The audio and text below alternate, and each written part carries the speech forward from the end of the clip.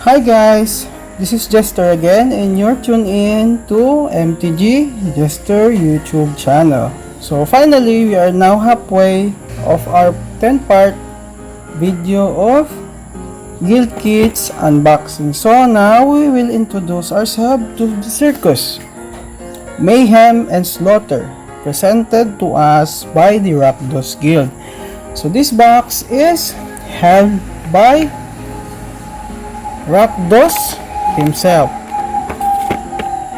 Lord of Riot.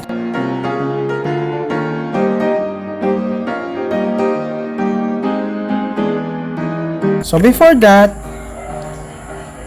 we will again open the box to get one pack again from this. So I think to change the pace, I prefer to get one Zendikar Rising pack. So this one is a collector booster also. So I still have my name here and the letter H from the opening or unboxing of one collector booster box. So we'd like again to thank Mr. Jonel Dumlao of Ordo Online Hobby and Card Shop for providing us this one. So this will be the last pack that we will be opening after we reveal the contents of the Rakdos Guild Kit. And again, we would like to thank Mr. J.R. Shant Krikorian of Design Hikaru Shop for providing us this 10 Guild Kit. So now we can start opening our box. So we'll check again the box. So it still contains the same as from the four box that precede this one. So here says Cult of Rakdos. Welcome to the Cult of Rakdos. This box holds all the twisted tools you need to cast off the petty rules of society and indulge your darkest desires with abandon. Unleash chaos on the world. So I think in a daily life, if you are a masochist or a what's the partner of the masochist? I forgot. Cult of Rakdos is a good place for you. There. Take some gas full from up. Need to swipe that one. Just put that aside for now. So again, we have the deck box that features the emblem of the guild. So this time it's Rakdos.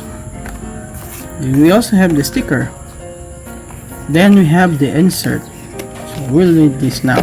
So it's like an invitation for circus. So the fantastic, sensational art of the Rakdos living. So it says here, never suffer alone.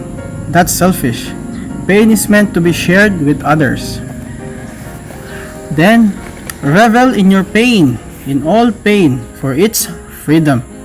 No one compares to the suffering of a dull, law-abiding life. Then says here, make a grand spectacle of your pain and play to your audience. Then, if they aren't screaming, laughing, or both, your performance has failed. And lastly, or second to the last rather, blood and fire looking good on everyone. And make excellent decorations. So, the last part is, always be creative, especially in your bloodiest ventures. New modes of carnage delight the Lord of Riots, and it is wise to seek his favor. So here they showcase their guild captain or guild master, Rakdos. So we will go now into the other contents of the box. So as usual, we have the 20-sided dice that showcases the guild emblem. So here we see the Rakdos emblem. Then course, the Rakdos Guild Pin. Then we have our reconstructed deck. And finally, Rakdos himself, Lord of Riots, with a new art. So Rakdos, Lord of Riots, is a 4 to cast 6/6 legendary creature demon. So two sets of the Rakdos colors. So 2 black and 2 red. Says here, you can cast this spell unless an opponent lost life this turn. So we need to do damage first before we can cast this. Then, Rakdos has flying and trample. Also, says creature spells you cast cost 1 less to cast for each 1 life your opponents have lost this turn. So there you go, our Guild Master of the Rakdos Guild for Cult of Rakdos. So before we open the reconstructed deck, we need to set this all aside first. This we have the space to put or showcase our cards. So now we can start opening our reconstructed deck and checking each card inside.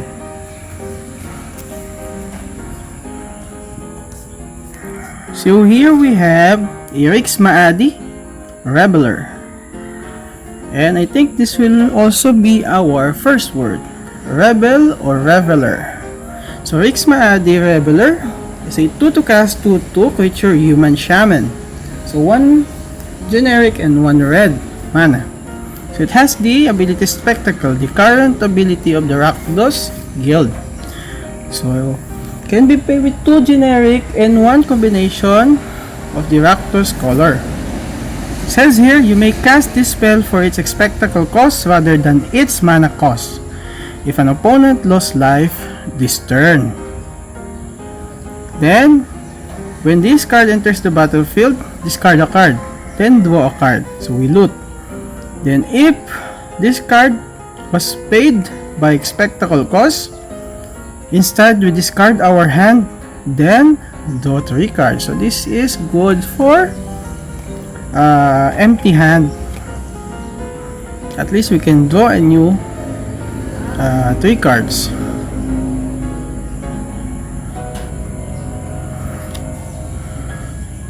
Our next one, there is a legendary. So it's Lysolda, the Blood Witch, one of the earlier legendary creatures featured in the Rakdos Guild. So Lysolda the Blood Witch is a 3 to cast 3/1 legendary creature human cleric. 1 generic and 1 combination of the Rakdos colors. So pay 2 generic, sacrifice a creature, then this creature will deal 2 damage to any target if the sacrificed creature was red. Or if the sacrificed creature was black, we draw a card. So, I draw a card for black color. It says here, sacrificial rites take place before an audience of cheering cultists, each begging to be the next on the stage. That's our second legendary in the box. Next, we have Avatar of Discord. It is to cast 5 creature avatar. So, a combination of red or black mana. So it has flying, and when it enters the battlefield, we sacrifice it unless we discard 2 cards. It says here, such is the power of Rakdos that even his shadow takes on a cruel life on its own. So here. Next card we have is Spawn of Mayhem. So Spawn of Mayhem was really expensive one way back when this set was released, Ravnica Allegiance, because this was used for, I think, Rakdos color the aggro decks. So Spawn of Mayhem or Spawn of Mayhem will be also our second word. So Spawn is our second word. So Spawn of Mayhem is a 4 to cast 4/4 creature demon. So 2 generic and 2 black. It has a spectacle cost of 3 mana, so 1 generic and 2 black. So we can cast the spectacle cost if an opponent lost life this turn. So whether in EDH one of our opponent attack another opponent, we can cast spectacle cost. It doesn't necessarily says that we are the one to deal damage to the said opponent. So it has also flying and trample. Then at the beginning of our upkeep, this deals 1 damage to each player. Then if we have 10 or less life, we put a +1/+1 counter on it. There you go. And this is a mythic also. Our next card is Rakdos Pit Dragon. So Rakdos Pit Dragon is a 4 to cast 3/3 creature dragon. So 2 generic and 2 red. So it has pay 2 red. Rakdos Pit Dragon gains flying until end of turn. And it has also the fire breathing ability. So pay 1 red to give this a +1/+0 pump until end of turn. Also it has the Hellbent ability. So it will take effect if we don't have any cards in our hand. So Rakdos Pit Dragon has double strike if we don't have cards. Next we have is another mythic, Master of Cruelty. It's really good in Kalia of the Vast decks. So Master of Cruelties is a 5 to cast 1/4 creature demon. So 3 generic and 1 set of Rakdos color. So it has first strike and also death touch. Then this can only attack alone. But then when this attacks a player and isn't blocked, that player's life total becomes 1. Then Master of Cruelties assigns no combat damage this combat. Next we have a Carnival Hellsteed. So Carnival Hellsteed is a 6 to cast 5/4 creature nightmare horse. I don't know why our dog is barking. I think he saw someone or is just barking to the chickens outside. So Carnival Hellsteed. Enough with the dog, we will come back here. So Carnival Hellsteed is a 6 to cast 5/4 creature nightmare horse. So 4 generic and 1 set of Rakdos color. So it has first strike and haste. Then it has also the unleash ability, the second ability that the Rakdos guild gains from we visit again the Ravnica plane. So here unleash says, unleash is you may have this creature enter the battlefield with a +1/+1 counter on it. It can't block as long as it has a +1/+1 counter on it. So this is not a good idea to put counters. So it needs to be kept as is. Then the flavor text says its favorite treats are candied hands and sweet hearts. Next we have Rakdos the Defiler. So Rakdos the Defiler is 6 to cast 7/6 legendary creature demon. So 2 generic and 2 sets of the Rakdos colors. So he has flying and trample as usual. Then when he attacks, we sacrifice half the non-demon permanents we control, rounded up. So this includes our lands. Then when this one deals damage or combat damage to a player, that player sacrifice also half the non-demon permanents they controlled, rounded up. So this is also a good addition to our legendary collection because I don't have this legendary creature yet. So I think I already completed the 4 art of Rakdos. So this Defiler and 2 Lord of Prides and the 1 new Rakdos in the War of the Sparks or the second visit in the plains of Ravnica. So now we have another mythic. So Utvara Hellkite, a 8 to cast 6/6 flying creature dragon. So whenever a dragon we control attacks including this one, we create a 6/6 red dragon creature token with flying. So it costs 6 generic and 2 red also. So it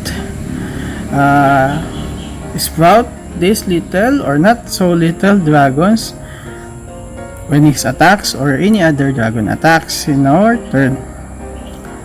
Says here, the fear of dragons is an old and as powerful as the fear of death itself. Next we have a Dreadbore. So Dreadbore is a 2 to cast sorcery. So one set of your Rakdos color. Says here, destroy target creature or planeswalker. Flavor text says,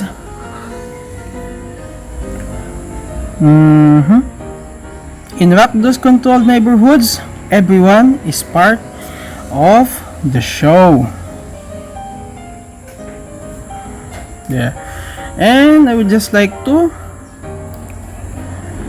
talk briefly about this Dreadbore. So the Dreadbore is one of the card showcase in the Secret Lair, Party Hard and Shred Harder. I think that one of the Secret Lair that I really liked how they make the art. So it was inspired like a poster of some metallic or metal bands from 90s until the present. So I think it's looked like a female witch is suspended in the air for the Dreadbore art. So next we have is here a Theater of Horrors. So it's a 3 to cast enchantment. So 1 generic and 1 set of Rakdos mana. At the beginning of your upkeep, exile the top card of your library. Then during our turn, if an opponent lost life this turn, we may play cards exiled with Theater of Horrors. And we have this one. We pay 4, so 3 generic and 1 red. Then this enchantment will deal 1 damage to target opponent or planeswalker. Now we have, next one is Demon Fire. So Demon Fire is an X-red spell. So it's a sorcery. So it deals X damage to any target. If a creature would deal or creature dealt damage this way would die this turn, we exile it instead. It also have the Hellbent ability. So if we don't have any cards in hand, this spell cannot be countered and the damage cannot be prevented. Next we have another mythic is Rakdos' Return. So Rakdos' Return is a X and 1 set of Rakdos mana to cast. So it's a sorcery. So it deals X damage to target opponent or planeswalker. Then that player or that planeswalker's controller discards X cards. Says here, when Lord Rakdos stirred from his slumber, everyone else's nightmare begun. So this is our last rare and mythic of the box. Now we proceed to our tokens. So before that, we need to arrange this one. So here.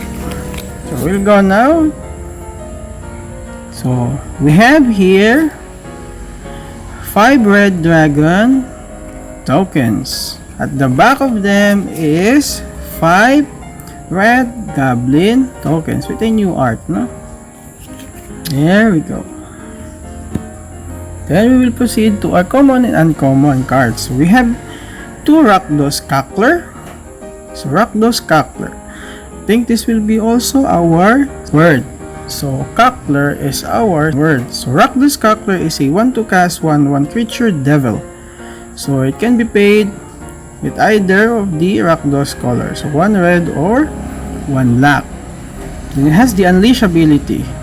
So when this enters the battlefield with a +1, when this we can let this creature enter the battlefield and put a +1/+1 counter But if it has a +1/+1 counter, it will not be able to block as long as it has that counter.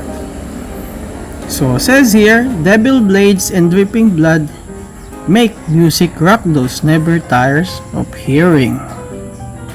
Next we have Thrill Kill Assassin, a Rakdos Guild Mage, 2 of those. Then Rakdos Shred Freak, a Splatter Tag, a Jagged Puppet. So I think this will be our word. So puppet, not the puppet with a U but a puppet with a O. So puppet. So Jagged Puppet is a 3-2 cast 3/4. 1 generic and 1 set of Rakdos colors. So it's a creature, Ogre Warrior. So whenever this is dealt damage, we discard that many cards. But it has the Helmet ability, so if we don't have cards in our hand and this deals combat damage to a player, then that player will discard cards equal to the damage. So in this case, if this will deal 3 damage, he will need to discard 3 cards also. Says here, few puppets are so willing. Next card we have is Crypt Champion. This one is the combo of the card Safi, Eric's daughter. Next we have Rakdos Firewheeler, a Blade Juggler, a Riot Spikes, a Rakdos Signet, 2 Rakdos Signet by the way, then a Rakdos Charm, a Rakdos Skewer the Critics, Ogre Spree, Dead Rebels. Then we have Cackling Flames, or